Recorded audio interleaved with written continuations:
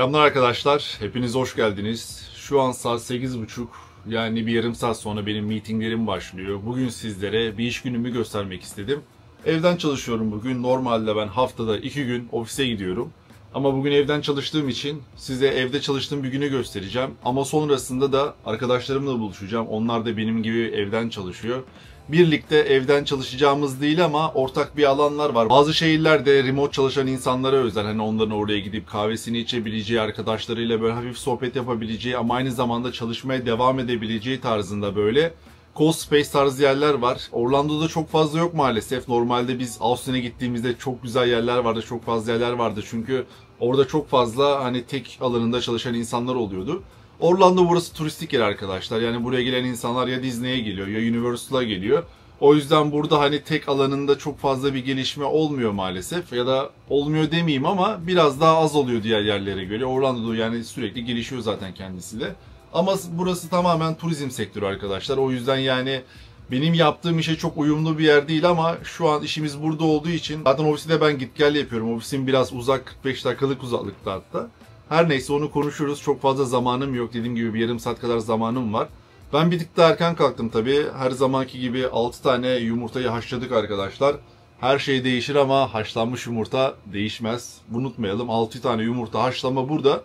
Sonrasında da yine her zamanki gibi arkadaşlar domates, salatalık, feta cheese ve zeytinimiz burada. Bugün biraz yoğun bir gün olacak aslında benim için. Dışarı çıkabilecek miyim, çıkamayacak mıyım bilmiyorum ama çıkarsam kesinlikle sizlere, hani insanların ortak çalışma alanı var demiştim ya sizlere. Ben daha önce Orlando'dakilere gitmedim ama Yusuf böyle bir yer bulmuş. Gidelim abi, bir orada takılırız, hem de insanlar o tarz yerleri de görür videonda dediler. Ben dedim okey gidelim, sorun yok. Öncelikle ben ne iş yapıyorum? Biraz bundan bahsedeyim. Biliyorum bazı arkadaşlarımız, yani çoğu arkadaşımız belki biliyordur ama bilmeyenler için de. Ben tek alanında çalışıyorum arkadaşlar. Benim yaptığım iş QA tester olarak geçiyor. Automation Engineer olarak geçiyor. Birkaç farklı şeyde tanımı var. Yani kalite kontrol uzmanı olarak düşünebilirsiniz ama bu software kalitesi, yani yapılmış olan bir yazılımın ya da web application'ın iyi çalışıp çalışmadığını biz test ediyoruz. Sürekli yeni güncellemeler geldiğinde, daha iyi bir hale getirmek istediklerinde buna kullanıcı gözüyle bakıp testlerimizi yapıyoruz. Hatta olabilirse bunu otomasyon yapıyoruz arkadaşlar ve bu sayede aslında tek tek test etmektense manual olarak biz bunu otomasyona döküyoruz. Ve bu şekilde aslında zaman da kazanmış oluyoruz. Şirketler böyle sistemleri var. Biz de bu sistemleri kuruyoruz açıkçası. Ben şu an danışmanlık şirketinde çalışıyorum. Yani o yüzden bize proje geliyor. Biz 6 ay, 1 sene çalışıyoruz. Daha sonrasında proje bitiyor. Yeni bir proje geliyor vesaire. Şu an yaklaşık 7-8 aydır bir tane bankaya çalışıyorum. Amerika'nın içerisinde Midwest'te olan bir banka. Onun öncesinde de 1,5 yıldır da başka bir banka vardı. O isimlerini tabii vermeyeceğim şu an sizlere. O da yine Amerika'nın Midwest kısmında birazcık daha büyük bir şirketti aslında. Onunla da 1,5 sene kadar çalıştım. Onun daha sonrasında bir finans şirketiyle çalıştım. O da İngiltere bazlıydı. Onu da bitirdik. Onun öncesinde de başka bir finans şirketi vardı vesaire. Yani diyorsunuzdur abi 2 milyon abonem var, sen ciddi beyaz yaka mı çalışıyorsun diyorsunuzdur ama öyle arkadaşlar, yani beyaz yaka çalışmak zorunda kalıyorum. Çünkü YouTube'da Türkçe içerik ürettiğiniz zaman YouTube'un reklam gelirleri olsun vesaire çok düşük. Yani benim Amerika'da mortgage'ım var, arabam var, o su var, bu su var, yani herkesin hayat masrafları var. Benim YouTube hayat masraflarımı karşılamıyor. O yüzden samimi olmak için sizlere bunları söylüyorum. Hani ağlamak için falan değil, niye çalıştığımı bilin diye söylüyorum. O yüzden çalışmak zorundayız ve ben de şu an bu işi yapıyorum. Yan taraftan da işte biliyorsunuz, yok Amazon yapmaya çalışıyoruz. Bir yandan şu an uygulama geliştiriyoruz arkadaşımla. Herhalde birkaç ay sonra o da hazır olacak. Onu da sizlere duyuracağım. Yani yan taraflardan da bir şey yapmaya çalışıyorum. Sırf bu işle bağlı kalmak istemiyorum. Şu an Amerika'da enflasyon yüksek. İşten çıkarılmalar bir tık daha düştü. Geçen seneye göre biraz daha iyi ama sonuçta risk, yani tek sektöründeyseniz her an böyle size layoff verebilirler. Her an sizi işten çıkarabilirler. Sonra yeni iş aramak zorunda kalıyorsunuz vesaire. İnsanın özellikle bu alanda teknolojiyi takip etmesi, AI sistemleri öğrenmesi önemli. Ben bir yandan bir de onları da öğrenmeye çalışıyorum arkadaşlar. Şu an durumlar öyle gidiyor, yani işimden memnunum. Bugün de sizlere bir çalışma günümü göstermek istedim. Şimdi kahvaltımı yapacağım. Kahvaltımı yaptıktan sonra da bilgisayarın başına geçeceğiz. Bir rapor vermem lazım. Bizim her sabah stand-up'ımız var. Büyük ihtimal tek sektöründe çalışan beyaz yakalı arkadaşlar benim şu an ne demek istediğimi anlıyordur. Onlarda da büyük ihtimal aynı meetingler vardır. Scrum, Agile'deyiz biz. İşte dün ne yaptık, bugün ne yapacağız, herhangi bir sıkıntın var mı? Sıkıntın varsa söylüyorsun, onu halletmeye çalışıyorlar vesaire. O şekilde sabah ilk meetingimizle başlıyoruz. Daha sonrasında 2 oluyor, 3 oluyor, bazen 4 oluyor. Yani günün çoğunda meetingle geçtiği zamanlar da oluyor arkadaşlar. Bizim işler böyle. Herkesin yapabileceği işler değil. Genelde hani masa başı işler olduğu için çoğu arkadaş tercih etmiyor. Abi ben çok sıkılıyorum diyor, bunalıyorum diyor. Bir de bazen işler çok yoğun olduğu zaman size sorular soruyorlar ve sorulara cevap vermeniz gerekiyor. Yani bu sektör işte özellikle banka sektörü, aranızda bankalarda çalışanlar varsa ne kadar yoğun ve tempolu geçtiğini biliyordur. Belki çoğu insan daralıyordur, bir yerlere kaçmak istiyordur. Sizi çok iyi anlıyorum arkadaşlar. Ben de bu işi uzun zamandır yaptığım için sektörden sektöre bizim işler değişiyor. Banka sektöründe çok fazla şey öğreniyorsunuz. Çok yoğunluk var dediğim gibi. Ama şu an hayatımdan memnunum. Güzel gidiyor arkadaşlar. Neyse ben kahvaltımı yapayım. Ondan sonra meeting öncesi bir notlarıma bakacağım. Biraz notları hazırlanayım. Meetingde görüşürüz. Hello, good morning team. Happy Friday. Hello, good morning team. Happy Monday. So last Friday I did testing for 3428, the backend card. Everything is good, it's all expected, and I recommend and also post the evidence as a. Bu arada biz bu projede Jira kullanıyoruz arkadaşlar. Yani insanlar ne yapıyor, ne ediyor, board üzerinde her şey belli. Hangi işle uğraşıyorsunuz onu in progress'e taşıyorsunuz. Yaptığınız işler bittiyse dana taşıyorsunuz. Ya da herhangi bir blocker varsa hala in progress'te kalıyor vesaire. Bu şekilde proje nasıl gidiyor? İnsanlar bunu takip ediyor. Update'imi verirken mesela bir numara söyleyeceğim. O numarayı söyledikten sonra durumlar nasıl gidiyor, ne yaptım, ne ettim, bunlar hakkında bahsedeceğim. Şimdi sıra bana geliyor. Good morning team, happy Monday.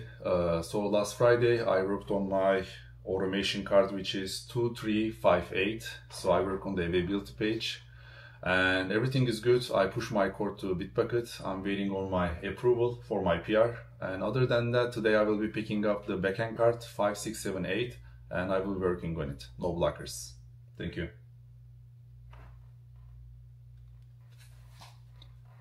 Böyle arkadaşlar, raporumuzu verdik.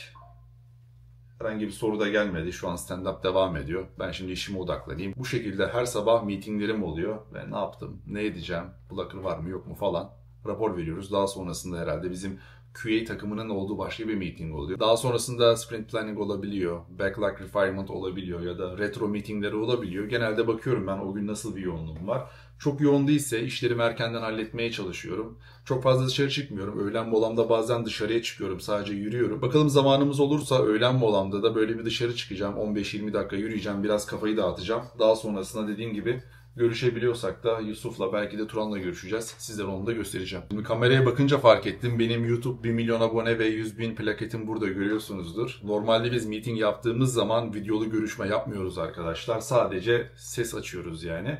Ama o gün bir tanışma partisi falan vardı. Yani ilk şirkete girdiğim zamanlardı. Yani bu client yeni aldığımız zamanlardı. Ben de hiç görüntü açmadığım için arkamdaki plaketleri fark etmedim. Görüntülü açtım, konuşuyorum. Arkadaki plaketler gözüküyordu. Ondan sonra birisi soru sordu. Aa, YouTuber mısın vesaire. Ulan dedim nereden biliyorlar YouTuber olduğumu falan, aklıma gelmedi. Sonra bir baktım arkada plaketler gözüküyor.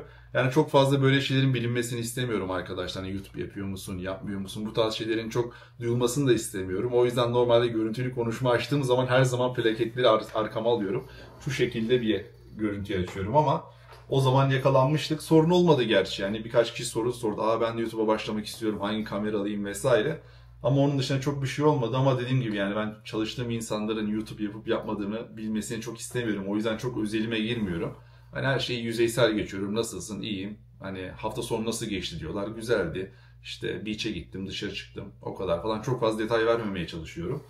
O şekilde yani. Garip bir anı olmuştu. Size de dedim anlatayım. Aranızda Amerika'da beyaz yaka olmakla alakalı planlar kuran arkadaşlar varsa kısaca onlara da bir öneri vereyim. Şimdi Amerika'da çok fazla bootcamp var arkadaşlar. Genelde bu işe hızlıca giriş yapabilmek için insanlar bootcamp'lere katılıyor. İşte DevOps olacaksanız DevOps bootcamp'leri var. Data Science olacaksanız Data Science bootcamp'leri var. Ya da developer olmak istiyorsanız developer bootcamp'leri var. Ya da işte benim gibi QA tester olmak istiyorsanız da QA tester bootcamp'leri var. Eğer bu tarz işleri merak ediyorsanız dediğim gibi internette milyon tane bootcamp var. Girip araştırabilirsiniz. Ben Neotek Akademi'den mezun oldum. Instagram'ını şuraya tekliyorum arkadaşlar. Oradan kendine iletişime geçebilirsiniz. Benden geldiğinizi söylerseniz de ekstra sizlere indirim yapılacak. Neyse ben şimdi işime geçiyorum. Dediğim gibi öğle molasına şöyle bir 15-20 dakika bir yürürüz. Biraz da kendimize geliriz. Daha sonrasında bakalım dışarı çıkacaksak da dışarı çıkarız. Bir de işimize oradan devam ederiz. Evet. Şimdi öğle molasındayız. Bir dışarı çıkayım dedim ama abi Florida yazın çekilmez diyordum ya size. Bakın çekilmiyor işte. Biraz önce abartmıyorum bir 15 dakika önce günlük güneşlikti. Şu an acayip yağmur yağıyor. Şöyle görebilirsiniz.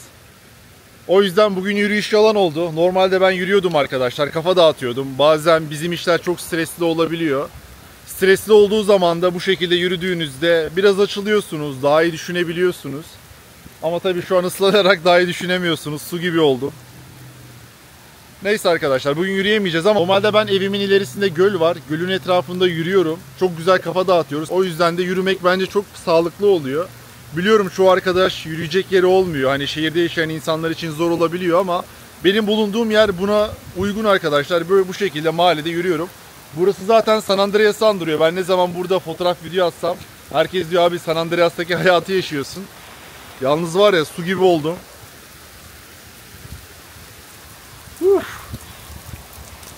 Bugün yürüyemedik be. Size yürüyüşü gösteremedik.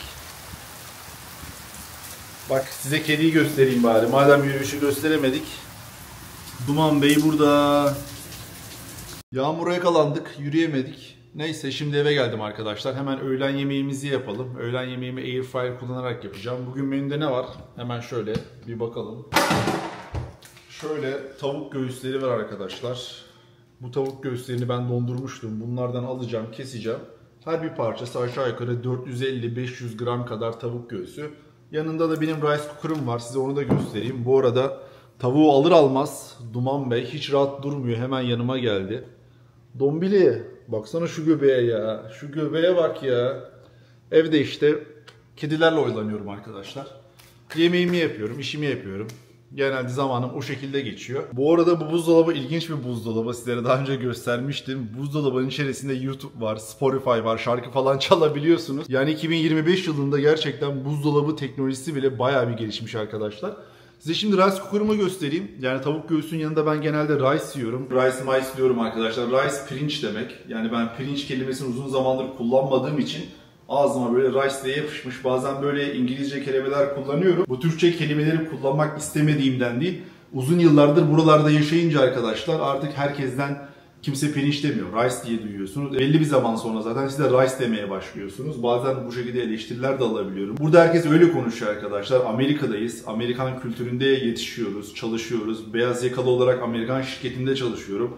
Her gün 5-6 saat İngilizceye maruz kalıyorum. Bu benim için güzel bir şey ama aynı zamanda sizler beni izlediğiniz zaman diyorsunuz lan Amerika'ya gittin Türkçen değişti falan diyorsunuz. Öyle bir şey yok. Siz de buraya gelseniz sürekli İngilizceye maruz kalsanız gidersiniz pirinç yerine siz de rice dersiniz. Yani bu tamamen normal bir şey arkadaşlar. Şunu alıyorum, altına koyuyorum. Tuşa basıyorum. Yani içine biraz daha koyuyorum ben normalde. 0.5 pirinci alıyorum. Şuraya döküyorum. İçine birazcık su koyuyorum. Tuşa basıyorum abi. Yaklaşık bir 35-40 dakika sonra benim pirincim hazır oluyor. Zaten Airfryer'da aşağı yukarı 23-24 dakikada benim tavuk göğsümü pişiriyor ve yarım saatte yemeğim hazır oluyor arkadaşlar. Öğlen molası normalde 12'den 1'e kadar. Ben 12'de bunları atıyorum. 12.30'da hazır oluyor. Bunlar pişerken de dışarıda ben böyle şöyle bir yürüyorum. Kafayı dağıtıyorum. Gelip yemeğimi yiyorum. Sonra tekrar işe devam ediyorum. Bakalım dışarı çıkabilecek miyiz bilmiyorum. Yani dediğim gibi çok fazla yağmur var şu an. İşte buralar böyle abi. Ben düğün çektiğim zamanlarda şöyle bir 4 sene önce falan arkadaşlar. 4-5 sene önce. Yani sıkıntı yaşıyordum. Çünkü adamlar düğünü organize ediyor. Gelin var, damat var. Tam evlenecekler. Hop yağmur bir yağıyor. O yüzden yazın genelde insanlar çok evlenmek istemiyor. Hani ilkbaharda çok fazla burada evlenen insanlar oluyordu. Neyse bu da değişik bir bilgi. Belki kullanırsınız. Şimdi ben yemeğimi yiyeyim. Sonrasında tekrardan görüşürüz. Evet arkadaşlar, şimdi sizlere bahsetmiş olduğum yere geldik. Ben buraya ilk defa geldim. Şimdi bir kahvemizi alacağız. Yanımızda Yusuf var. Yusuf da bu şekilde. Merhaba arkadaşlar. Sen de evden çalışıyorsun bugün. Aynen. Benim pazartesi, cuma evden. Salı, çarşamba, perşembe ofis. Yani hibrit diyelim o zaman. Hibrit aynen. Zaten öyle sözleşme de öyle geçiyor. Benimkisi de hibrit ama ben haftada bir gün gidiyorum arkadaşlar normalde. Ama bugün sizlere gösterebilmek için normalde çok bu tarz yerlere gelmiyorum. Orlando'da böyle bir ortam yok. Maalesef. Austin'de falan çok güzeldi. Austin'e gittiğimiz zaman insanlar böyle güzel giyiniyor. Kafeler böyle burası biraz daha salaş bir yer. Böyle hani çok fazla böyle tek insan yok burada. Genelde burası dediğim gibi turizm ağırlıklı bir yer. Ama Austin tarafında ya da New York'ta falan büyük şehirlerde çok güzel place'ler var böyle. Şu an burada kaç kişi var? En fazla 8-9 kişi vardır. Fena değil tabii Orlando'ya göre. Ama baktığınız zaman bu tarz yerler özellikle evden çalışan insanlar için iyi oluyor. Neden o iyi oluyor? Çünkü insanlar sıkılıyor arkadaşlar. Sürekli evden çalıştığınız zaman dört duvar arasında böyle kendinizi iyi hissetmiyorsunuz. Bu soruyu Yusuf'a da sorayım. Sen şimdi evden çalışıyorsun ya burada. Nasıl hissediyorsun? Ya şöyle işler yoğunken mesela zaten iş yapman gerekiyor. Bazen hiç kalkmadan da yapıyorsun ama iş böyle hafifse, çok rölantideyse bu sefer motive olamıyorsun, hiç yapasın gelmiyor. O yüzden ben direkt kendimi böyle kahve dükkanlarına falan atıyorum ki hani burada da çünkü insanlar geliyor, oturuyor, çalışıyor. Seni de motive ediyor başka insanların çalıştığını görmek. O yüzden bilmiyorum, bence bazen güzel ya, evden dışarı çıkmak istiyor insan çalışmak için. Evet, evet. Yani sürekli evden çalıştığınız zaman bazen böyle bir geliyor arkadaşlar, böyle bir değişiklik istiyorsunuz. O yüzden ben haftada bir gün ofise gitmeye çalışıyorum aslında. Gelmeyenler de çok fazla var. Bizim şirket birazcık daha rahat aslında. Normalde bazı şirketler böyle olmuyor. Gerçekten sizin gelip gelmediğinizi yokluyor. Ben haftada bir gün gidiyorum ama dediğim gibi evden çalıştığım zaman da çok fazla gelmiyorum açıkçası. İlk defa Orlando'da böyle dışarı çıktım, sizlere biraz ortamı göstereyim diye. Biz şimdi laptopları koyduk, bizde PI Planning var. Şu an bir sene 4 çeyrekten oluşuyor. Her çeyreğin başında da o çeyrekte neler yapılacak bunun planlaması yapılıyor. Şu an ben meetingdeyim aslında. O yüzden laptoplar falan böyle ikimiz. Biraz sonra meeting bitecek, bir kafe alacağım. Kafe alırken de size bir çevreyi göstereyim. Sen şimdi ne üstünde çalışıyorsun bro? Bir QA tester olarak böyle işini bize biraz anlat. Nasıl gidiyor iş güç? Kanka güzel gidiyor. Şu anda yarın projenin bir versiyonunu, yani yeni versiyonunu canlıya alacağız. Biliyorsun ben Universal'da çalışıyorum. O yüzden şu anda da Halloween Horror Night zamanı olduğu için park kapandıktan sonra ve Halloween Horror Night etkinliği olmadığı günlerde canlıya çıkmamız lazım ki ziyaretçiler görmesin bu değişiklikleri biz yaparken. Şu anda son versiyonun testlerini falan her şeyini bitirdim. Dokümanlarını, kanıtlarını, her şeyini mail olarak gönderdim müdürlere ve business takımına. Onay bekliyoruz. Onay gelirse yarın akşam 9'da yeni versiyonu canlıya alacağız aynen. Yeni versiyon güncellenecek ve insanlar artık çarşamba günden itibaren kullanmaya başlayacak. Bir gün sonra da. Evet, bizim Yusuf'la tanışma hikayemiz de Universal'da o başladı arkadaşlar. Ben Universal'da contract olarak çalışıyordum. Normalde çalıştığım yerleri söylemem ama işte ben çalıştım 3-4 sene önce, artık bitti gitti olay. O ara contractor'dım. Tam işimi bıraktım. Laptopu teslim etmeye şirkete bir girdim. Selam verdim. Dedim ne yapıyorsun burada falan. Senin çalıştığını bilmiyordum çünkü orada. Aha. Gördüm, dedin ki işte ben de buraya laptop bırakmaya geldim dedim. Ben de yeni başladım buraya. O zamanlar ben zaten Amerika'ya geleli daha bir yıl olmuştu. İşte öyle tanıştık. Sonra da ortak arkadaşlarımız zaten bayağı fazla. Sonra biz de arkadaş olduk. Öyle oldu. Aynen, İlk tanışmamız öyleydi. Oradaydı. Ofiste. Aynen, o günden beri Yusuf'la böyle buluşuyoruz ara sıra. Hangout yapıyoruz, geziyoruz, tozuyoruz. Çalışırken de işlerimiz benziyor sonuçta. İkimiz de aynı işi yaptığımız için. Bizim Business şirkette aynen business konuşuyoruz. Onun dışında emlak oluyor, real estate oluyor. Yani Yusuf da seviyor bu tarz işleri. Ben de seviyorum. Ama bilmiyorum. Bence ne kadar hani bu tür işler yapıyorsak yapalım. Her zaman kenardan böyle kendine ait bir iş yapmak lazım ya. Yatırım olarak falan vesaire. Yani çünkü bu tür işlerde bir de al görüyorsun. Geçen bir H1B vizesi olayı güncellenmesi oldu. Aynen. Yani bu olaylar yeri geliyor. Bizim gibi işte green card'lı vatandaşların durumunu da etkileyebiliyor. Yani bir anda işsiz de kalma durumun çok yüksek. O yüzden hani her zaman yandan bir şey yapmakta fayda var. O yüzden biz sürekli hustle moddayız. Aynen arkadaşlar. O yüzden ben de sürekli sizlere işte yok Alabama'dan ev aldım, yok oradan şunu yaptım, yok oradan bunu yaptım. Bunları yapmamın amacı bu işlerde her an çıkartılabilirsiniz ya da yani siz de her an çıkabilirsiniz. Bu işlerde öyle iki taraflı. 2 haftalarınızı veriyorsunuz, çıkıyorsunuz ya da onlar veriyor, siz çıkıyorsunuz. Ama tabii vize sorunuz varsa H1B muhabbetini belki duymuşsunuzdur. Amerika'da Trump bir karar aldı. Şu an Amerika'ya girişlerde H1B vizesiyle girişlerde $100.000 kadar burada size sponsor olan şirkete bir masraf çıkartıyorlar. Bu da yani Ücreti $100.000 oldu. Yani $1.000'dı $100.000 oldu. 100 kat arttı. Direkt. Evet, yani direkt bu açıkçası şey demek. Yeni H1B vizeliler gelmesin demek gibi bir şey aslında. evet yani burada Trump'ın aslındaki amacı yani Amerikan vatandaşlarının bu Amerika'daki işlere onların yerleşmesi, dışarıdan gelen insanların yerleşmemesi, birazcık da kendi insanını koruması amacından böyle bir şey yaptı. Sonra bir güncelleme geldi. Şu an burada olanlara dokunulmayacak, yeni gelecek olanlara yapılacak vesaire dedi. Bu tarz söylentiler var. Tabii ben biraz rahatım yani vatandaş olduğum için artık bu tarz şeyler duyunca diyorum iyi ki de vatandaş olmuşum arkadaşlar. Erteliyordum biliyorsunuz. 1,5 yıl önce falan vatandaş oldum ben. Senin green card sürecin devam ediyor değil mi hala? Devam. Benim vatandaşlık önümüzdeki sene. Yani çünkü hani burada belli bir süre oturumun olması gerekiyor ya. Evet. İşte benim onu bekliyorum. Sürede olduğu gibi ben de önümüzdeki sene başvuruyu yapacağım. En mantıklısı şu an öyle gözüküyor. Ben hiç vakit kaybetmeyi bile düşünmüyorum. Sen çok umursamadın. Sen de Avrupa Birliği vatandaşlığı falan da olduğundan dolayı böyle. Ama ben direkt günü geldiği gibi dosyaları gönderirim. Bence de yapıştır. Şu an yani risk atılmaya değmez arkadaşlar. Öyle bir durumdayız. Neyse biz biraz sonra kahve alacağız. Size bir ortamı göstereyim. Bir bakarsınız nasıl bir yerde çalışıyoruz. Hadi bakalım. Şu anda meetingdeyiz. Bu arada meetingde de bakıyorum. Yusuf oraya bakıyor. Ben buraya bakıyorum. Evet şimdi çıktık arkadaşlar. Size kafeyi gösterelim.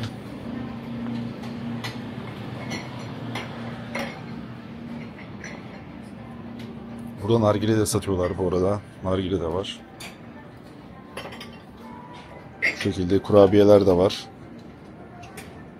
Ya şey olmasa neyse. İyidir bende. Laptopları getirdik, çalışıyoruz. Ben okuldan çıktım. Ha, süper. Şimdi şöyle bir menüsü var arkadaşlar. Biz bir tane cappuccino alıyoruz. Hi boss, how are you? Can I get a cappuccino? Cappuccino! One medium large. Large please. Can we add one more cappuccino medium and one medium latte? Burada böyle çaylar falan da var arkadaşlar. Ortam bu şekilde. Ne zaman cappuccino içsem aklıma Nusret'in cappuccino demesi geliyor. Gülesim geliyor. Evet, saat 5 oldu. Çalışma saati bitti. Şimdi spora gidiyorum. Normalde iş biter bitmez arkadaşlar. Ben her zaman spora giderim. Sporda bir kafamı dağıtırım. Bir ağırlık çalışırız. Kaan abiyle sohbet, muhabbet, business muhabbetleri. Güzel zaman geçiriyoruz bu şekilde. Bu arada tekrar bir hatırlatma yapmak istiyorum. Biliyorsunuz son 2-3 aydır AI Personal Trainer uygulaması üzerine çalışıyoruz. Mobil uygulama. Hem Apple Store'da olacak hem de Google Play Store'da olacak. Siz de uygulamayı çıkardığımız zaman haberdar olmak istiyorsanız hemen aşağı bir link bırakacağım. burnix.me sitesine girin arkadaşlar. O siteye girdikten sonra e-mail adresinizi yazın. Biz uygulamayı herhalde birkaç ay içerisinde çıkarmayı düşünüyoruz.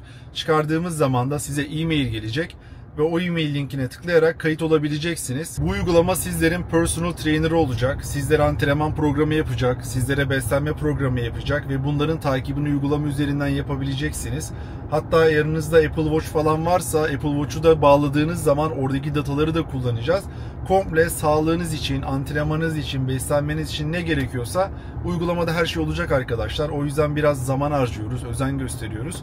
Siz de kayıt olup e-mail adreslerinizi yazarsanız bu uygulamadan haberdar olabilirsiniz. E-mail adreslerinizi bekliyoruz. Link aşağıda. Evden remote şekilde çalıştığım zaman da günüm aşağı yukarı böyle geçiyor arkadaşlar. Dediğim gibi genelde ben evde oluyorum. Çok dışarı çıkmıyorum ama bugün sizlere benim gibi evden çalışan insanların Orlando bölgesinde gittiği, takıldığı kafelerden bir tanesini de göstermek istedim. Yusuf'la buluştuk. Sizi biraz Yusuf'la da konuşturdum. Çünkü kendisi de bu işi uzun zamandır yapıyor. O da kendi bakış açısından kendi yaptığı işi sizlere anlattı. Amerika'da yaşam böyle geçiyor. Bazı insanlar IT kısma yöneliyor. Bazı insanlar tırcı oluyor. Bazı insanlar yıllarca aynı restoranda çalışıyor. Burada hayat siz nasıl istiyorsanız o şekilde yönlendirilebiliyor arkadaşlar. Biz bu şekilde şu an yönlendiriyoruz. IT kısmındayız. İlerleyen zamanlarda şanslar ve imkanlar bize neler gösterir bilmiyoruz. Çünkü bu challenge'ı biz çok daha önceden yaşadık. Biliyorsunuz buraya geldiğimizde milyon tane iş yaptık. O yüzden çok sorun da değil.